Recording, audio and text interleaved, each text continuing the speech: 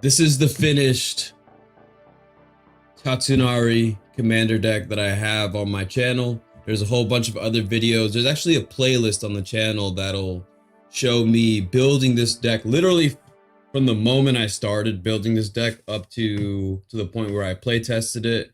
Then I edited it by myself off stream, and then I was able to put it all together, and now we have what we have right now.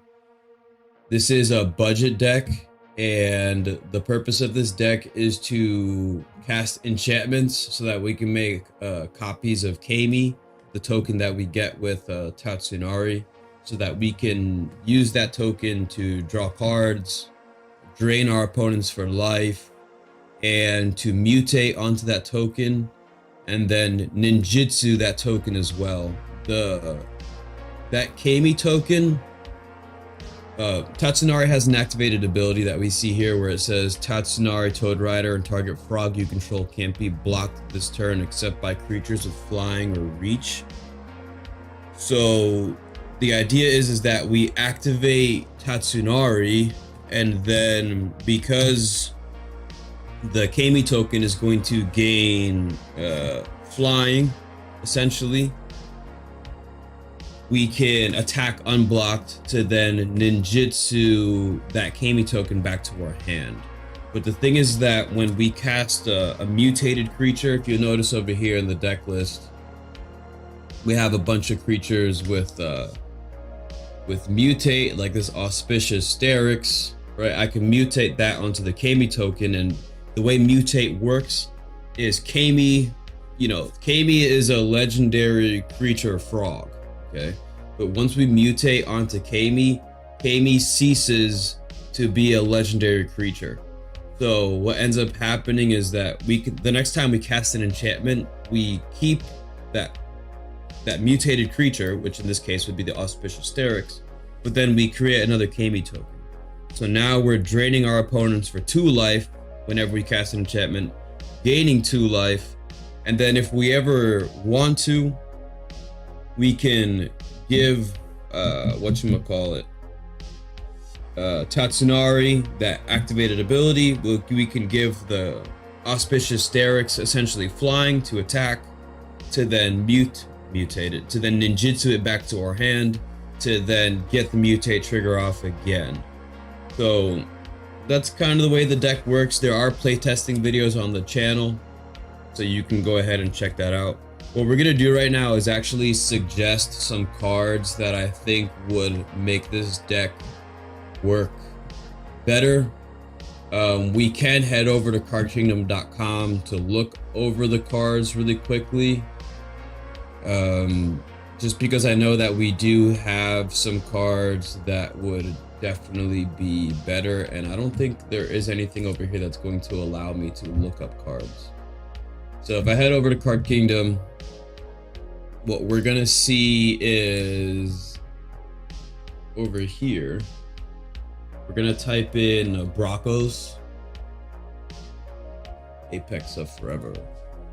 So Bracos is definitely a card. Like if we look at this Bracos, $4, $15.99, basically $4 for a copy of Bracos. Cheapest one is $3.50.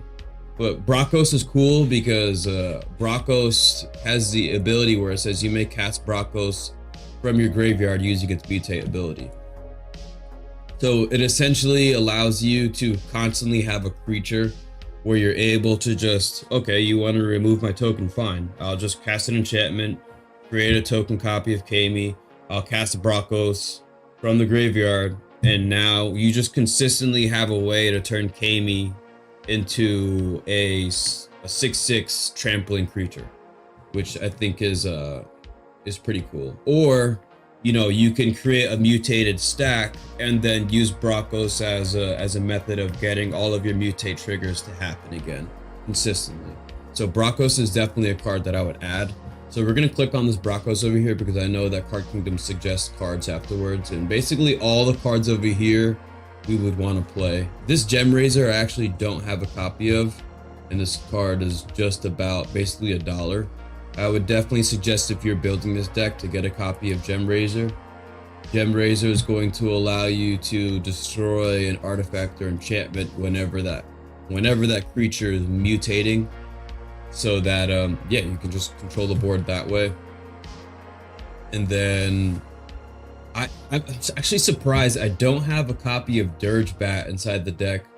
Dirge Bat, whenever it mutates, you are able to destroy target creature or planeswalker an opponent controls, which I think can be pretty strong.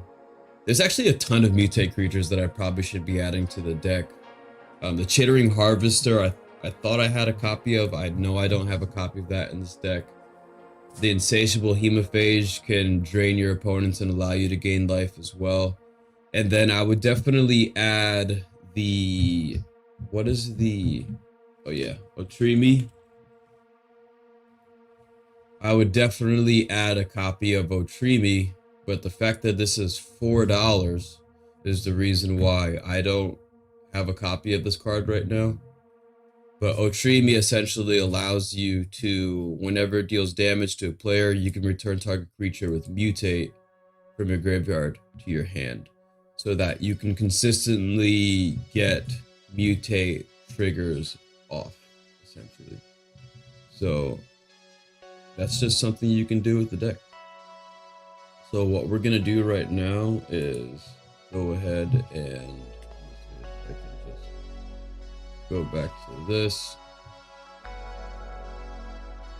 And then when we look at this, you know, obviously with the mana base inside the deck, you know, I'm running a market festival in Card Kingdom. This is 25 cents.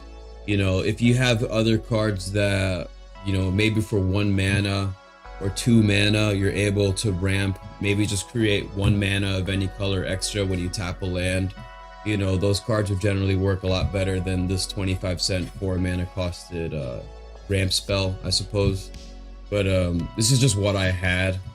So cards that I think are pretty cool and they're kind of budget. We have this Molting Skin over here. There's also a card called Broken Fall, which I'll look over here on Card Kingdom just so you guys can see.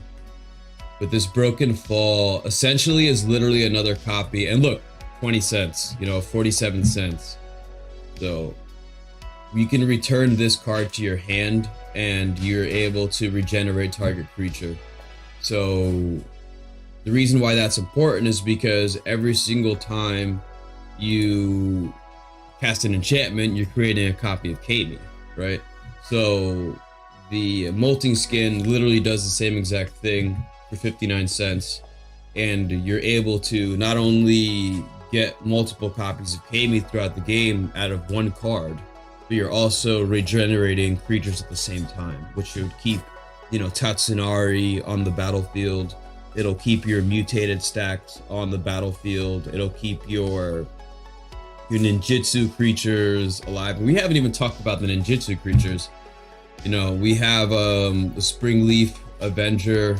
I really enjoy this card because this card says when it deals combat damage to a player, return target permanent card from your graveyard to your hand, which means that we can get back our enchantments, which means that we can get back our creatures, which means that we can get back just our enchantments and our creatures, because those are basically the only permanents we're running inside the deck, other than other people are just starting to destroy our lands for whatever reason. However, it just really helps us to, you know, just to reuse some of the stuff that we have, because we do have some cards over here, which I think is probably the most expensive card inside the deck, which is the Dictative Erebos over here. And I would imagine that if people have some form of enchantment removal, that they would remove this enchantment. Dictative Erebos says whenever a creature we control goes to the graveyard, each opponent sacrifices a creature. So because we're able to consistently make copies of Kami, we have 27 enchantments inside the deck, when we can literally just sack, force everyone to sack, make a copy of Kami, sack, force everyone to sack, make a copy of Kami, and so on and so forth. And, you know, in my experience playing with the Dictative Erebos and just playing Commander in general, if you can consistently get 2 triggers off of Dictative Erebos every turn, it turns into a thing where you can really just drain your opponents of their board state, and they'll just scoop. And scoop scooping is an infinite combo because they just quit the game, you know. So, and I know like if you have other enchantments, there are also other enchantments that allow you to make zombies of creatures whenever. What is that card called? You know,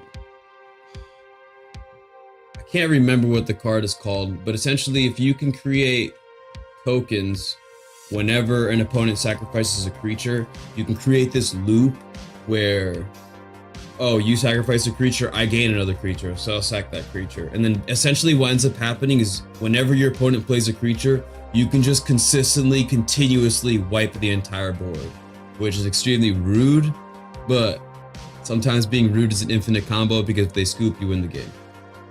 And, but yeah, so, that's this Tatsunari deck.